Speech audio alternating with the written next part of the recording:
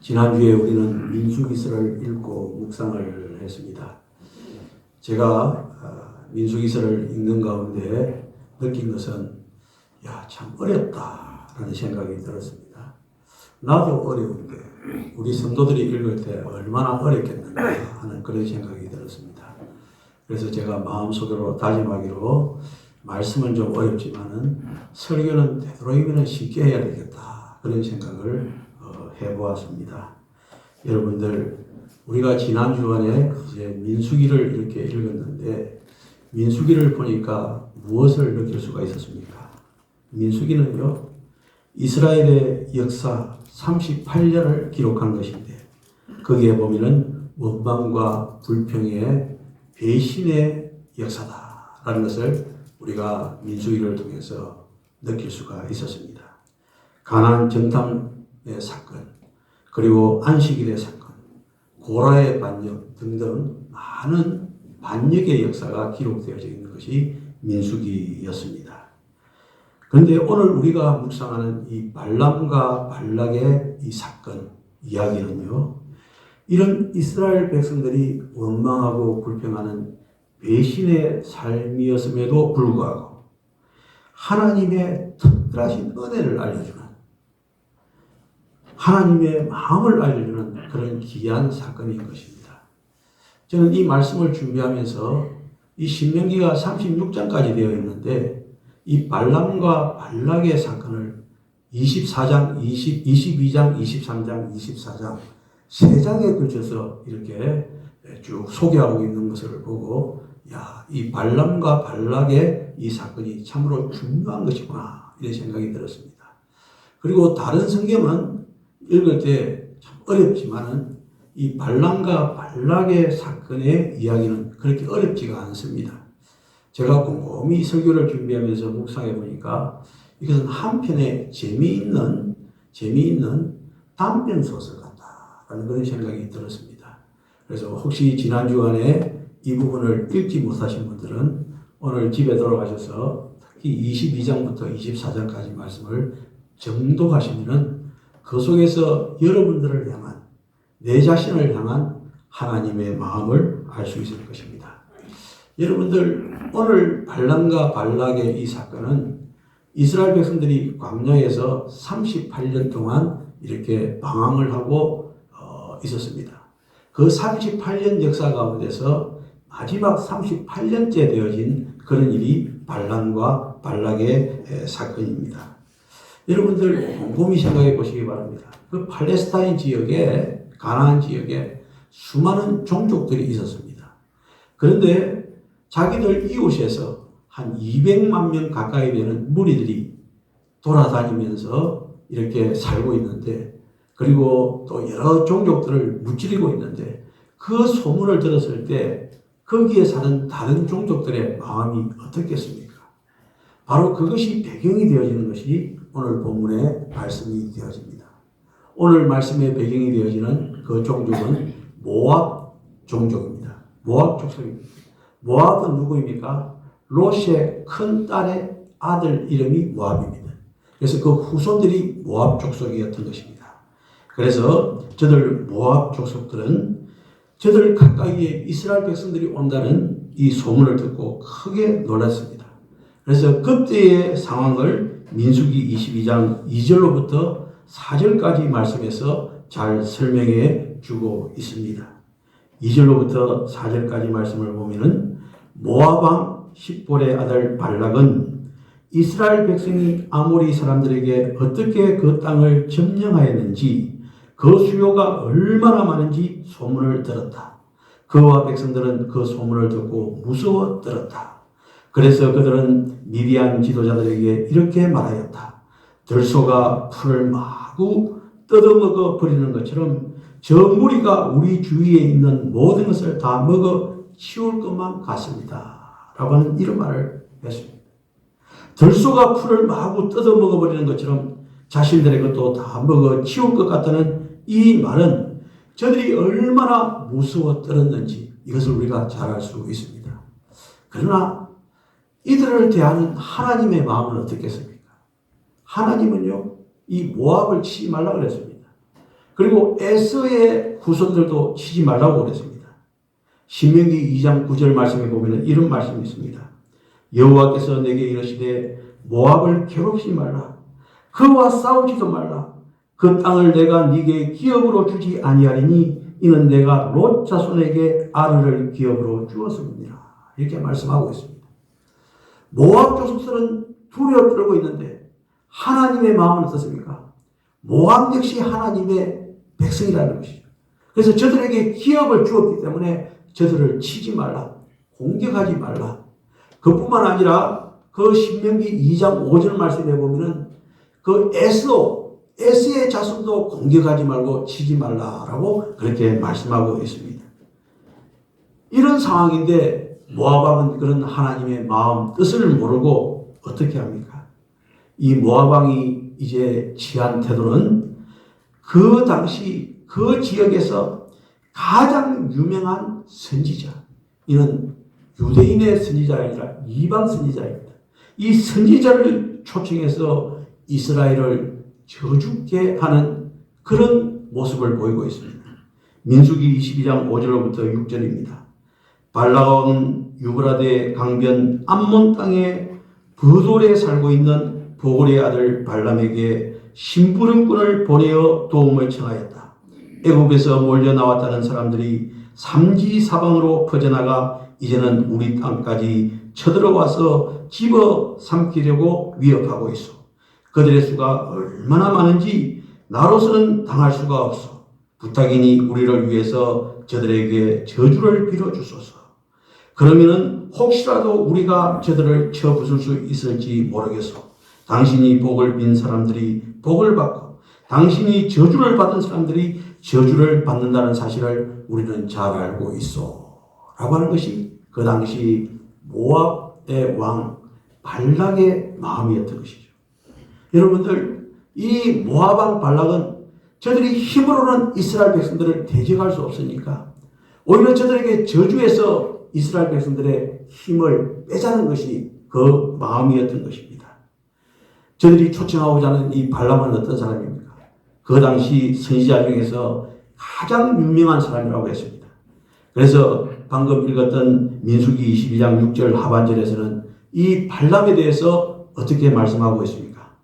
당신이 복을 빈 사람들이 복을 받고 당신이 저주를 내린 사람들이 저주를 받는다는 사실을 우리가 잘 알고 있어 라고 하는 것이 발람에 대한 이야기인 것입니다. 여러분들, 세상말로 용하다는 것입니다. 세상말로 점쟁이 중에서도 최고의 점쟁이다라는 그런 뜻입니다.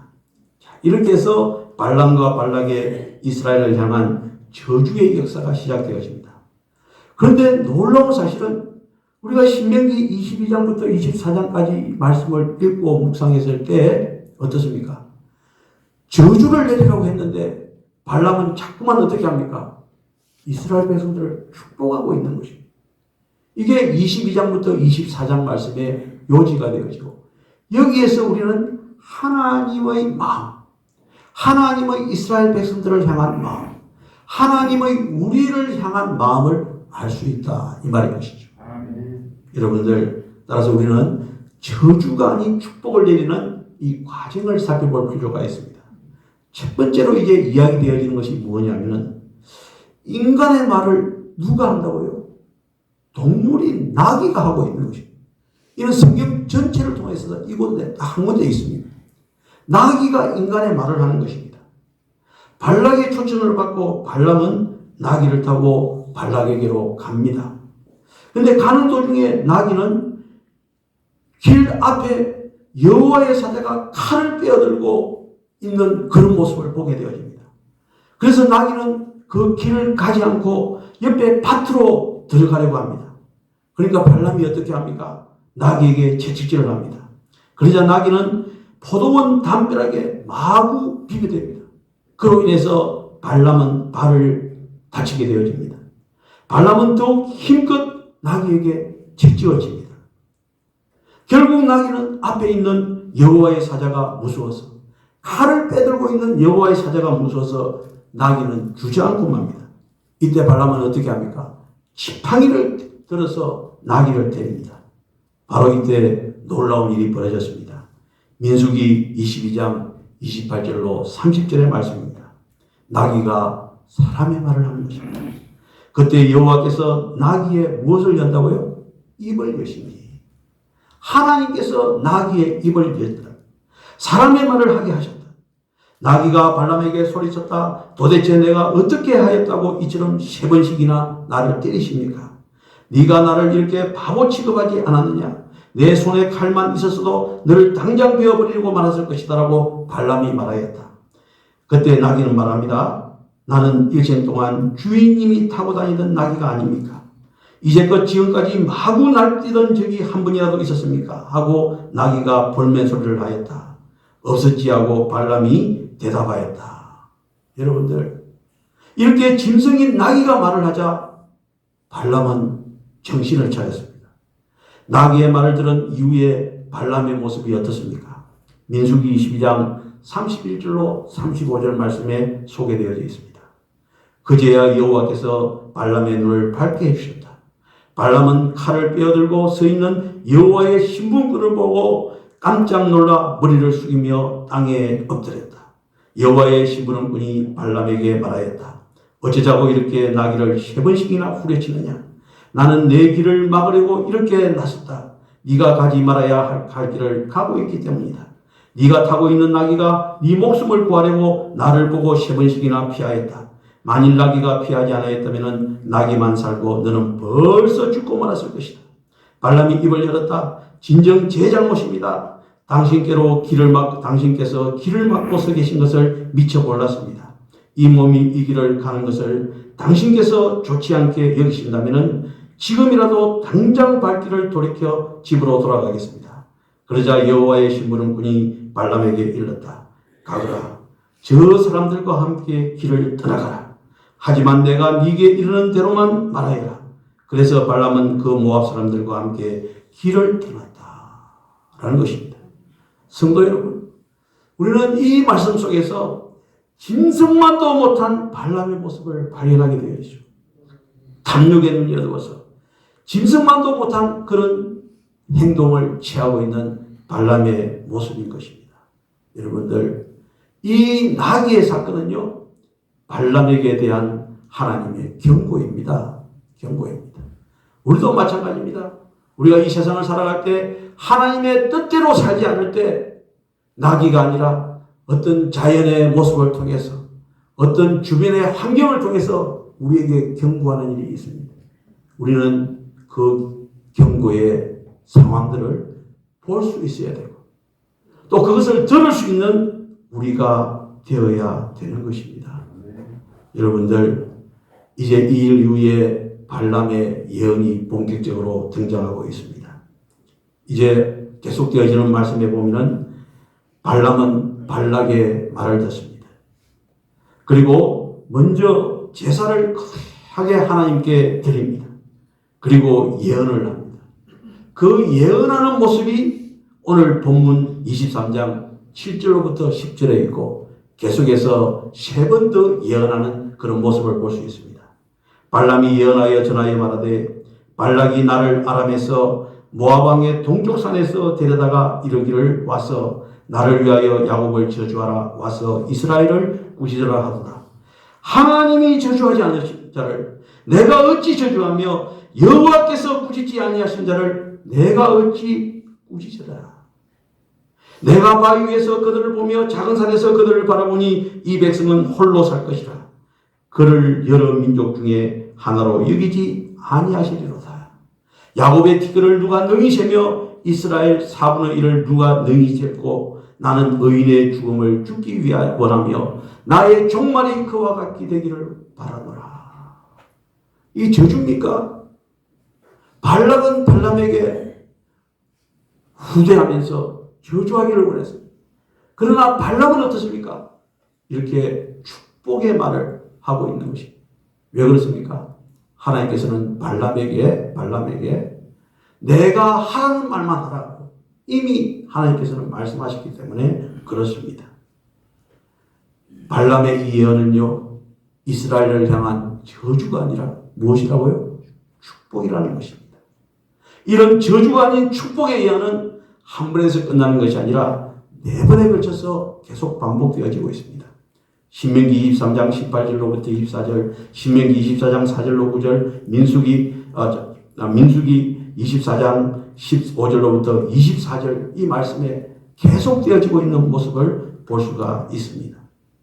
이 예언의 말씀 중에서 특별히 우리가 살펴봐야 될 것은 세 번째 축복의 말씀 중에 있는 내용인데요. 민수기 24장 5절로부터 6절까지의 이 축복의 말씀이 오늘 이 시간 우리들을 향한 하나님의 축복의 말씀인 줄로 믿습니다. 그 5절과 6절에 보면 이런 말씀이 있습니다. 야곱이여 내 장막들이, 이스라엘이여 내 거처들이 어찌 그리 아름다운고, 그 버러짐이 골짜기 같고 강가의 동산 같으며 여호와께서 심으신 침향목들 같고 물가의 백향목들 같았다. 이렇게 말씀하고 있습니다. 성령의 역사로 영의 눈이 뜨여진 이 발람이 이스라엘 백성들을 보았을 때 어떻다는 것입니까? 참으로 아름답다는 것입니다. 강가의 동산 같다는 것입니다. 물가의 백향목 같다는 것입니다. 그런데 그 당시 상황으로 돌아서 한번 생각해 보시기 바랍니다. 이스라엘 백성들이 200만 명이 이제 광야에서 38년 동안 방황을 했습니다. 그 모습이 어떻겠습니까? 정상적으로 정착한 것도 아닙니다. 계속해서 돌아다녔던 38년 동안 방황했던 이스라엘 백성들의 모습은 아마 처참했을 것입니다. 무인지경이었을 것입니다. 그런데 어떻습니까? 그런 모습을 발람이 보고 무엇이라고 말씀하고 있습니까? 아름다운 곳이라는 것입니다. 여기에 대해서 현대인의 성경을 보니까 더 잘 묘사되어 있는 것을 볼 수가 있었습니다. 현대인 성경을 보면은 야곱이여 너희가 쳐놓은 저 장막이 어찌 그리도 보기 좋은고, 이스라엘이여 너희가 살고 있는 저 천막이 정말 보기 좋도다. 너릇은 골짜기 같고 푸른 초원 시냇물이 끼고 도는 동산과 같다. 여호와 손수 심어놓은 감미로운 향치 풍기는 느티나무 같고 시냇가에 심어놓은 은은한 향기 풍겨 나는 송백과 같다. 이스라엘의 우물보다 물이 콸콸 흐르고 넘쳐 들판마다 뿌린 씨 물 걱정 없다. 라고 현대어 성경에서는 이렇게 번역하고 있습니다. 여러분들 이제 그 당시로 돌아가서 그 광야 생활 38년 동안 한 이스라엘 백성들에게 이 말을 했을 때 그 사람들의 마음은 어떻겠습니까? 아마 의의가 없었을 것입니다.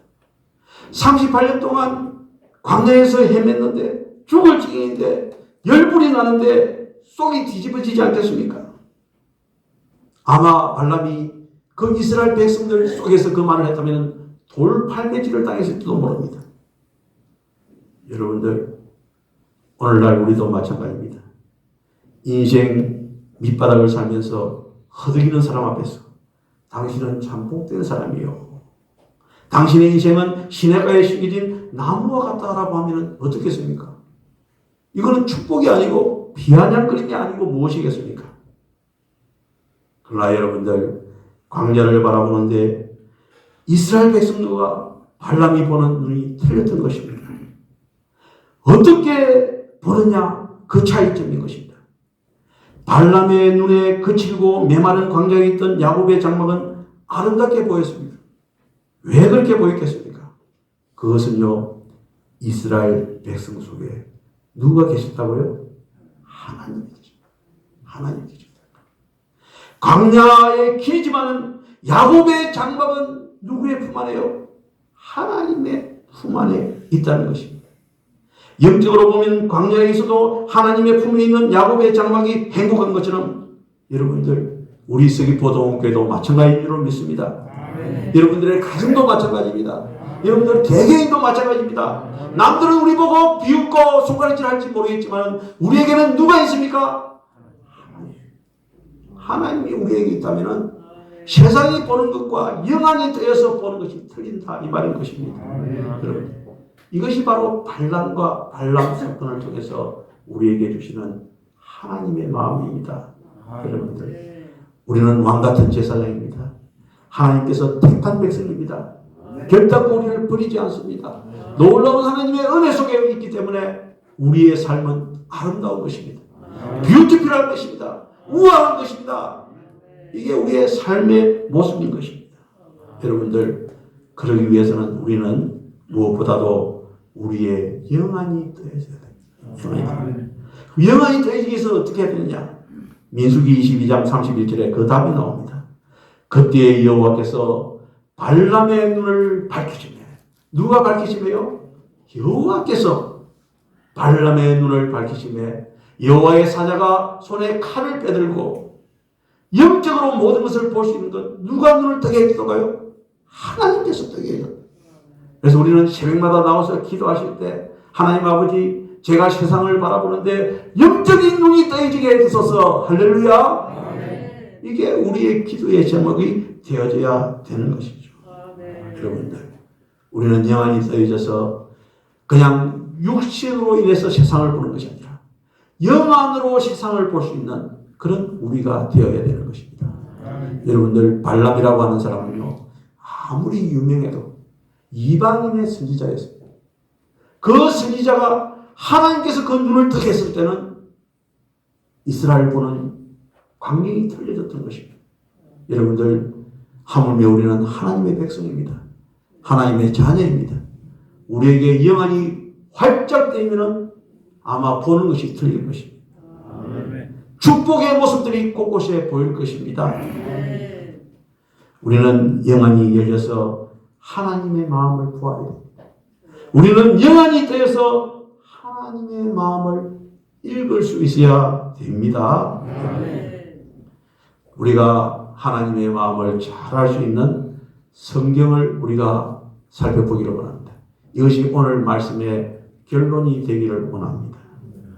신약 성경에 한 곳, 구약 성경에 한 곳이 있는데, 먼저 구약 성경에 한 곳, 우리가 영안이 더해서 하나님의 마음을 알 수 있는 그 부분은 이사야서 43장 1절로부터 4절입니다. 야곱아, 너를 창조하신 여호와께서 지금 말씀하시느니라. 이스라엘아, 너를 지으신 이가 말씀하시느니라. 너는 두려워하지 말라. 내가 너를 어떻게 했다고요? 구속하였다. 내가 너를 진영하여 불렀나니 너는 내 것이라. 네가 물 가운데로 지날 때에 내가 너와 함께 할 것이라. 강을 건널 때에 물이 너를 침몰하지 못할 것이며, 네가 불 가운데로 지날 때에 타지도 아니할 것이요 불꽃이 너를 사르지도 못하리라. 대저 나는 여호와 내 하나님이요 이스라엘의 거룩한 이요 내 구원자입니다. 내가 애굽을 너의 속량물로 구스와 스바를 너를 대신하여 주었노라. 4절에 정말로 중요한 말씀이죠. 네가 내 눈에 보배롭고 존귀하다.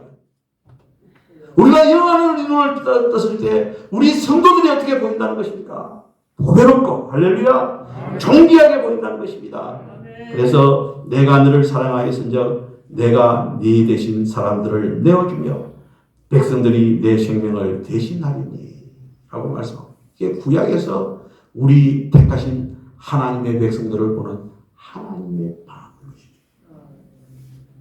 저는 이 말씀을 묵상하면서, 그러면 신약에서는 하나님의 말씀을 우리가 어떻게 발견할 수 있는가라고 했을 때 하나님께서 주신 말씀이 있습니다.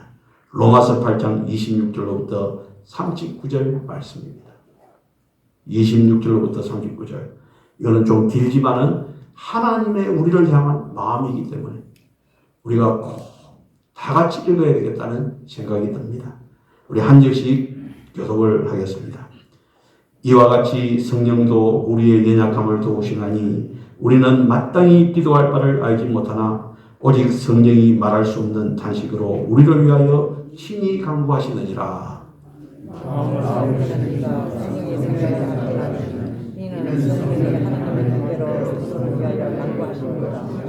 우리가 알거니와 하나님을 사랑하는 자 곧 그의 뜻대로 부르심을 입은 자들에게는 모든 것이 합력하여 선을 이루느니라.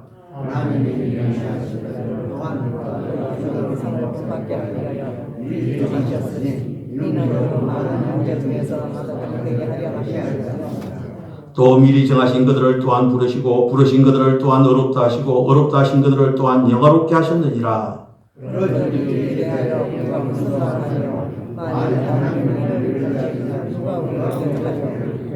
자기 아들을 아끼지 아니하시고 우리 모든 사람을 위하여 내주시니가 어찌 그 아들과 함께 모든 것을 우리에게 주시지 아니하겠느냐.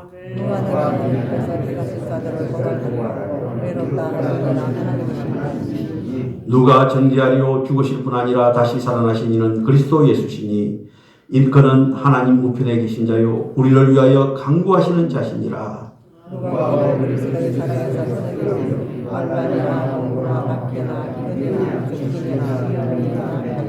기록된 바 우리가 종일 주를 위하여 죽임을 당하게 되며 도살 당할 양 같이 여김을 받았나이다 한가 같으리니 그러나 우리 모든 죄를 사랑하시는 우리 다 같이 38절과 39절을 보겠습니다. 내가 확신하노니 사망이나 생명이나 천사들이나 권세자들이나 현재일이나 장래일이나 능력이나 높음이나 깊음이나 다른 어떤 피조물이라도 우리를 우리 주 예수 안에 있는 하나님의 사랑에서 끊을 수 없느니라. 할렐루야. 이게 무엇이라고요? 우리가 예만을 떴을 때 하나님께서 우리를 향하신 하나님의 마음을 우리가 알 수 있는 내용의 말씀인 것입니다. 지난주에는 우리가 복이라는 말씀으로 설교를 했습니다. 하나님께서는 우리가 기대했던 것보다도 어떻게 해요? 더 많은 축복을 주시고자 하고 또 실제로 주셨다라는 것을 말씀을 묵상했습니다. 왜 그렇습니까? 하나님의 마음이 이런 마음이기 때문에 이런 마음입니다. 그래서 우리에게 큰 축복을 내리시는 것입니다.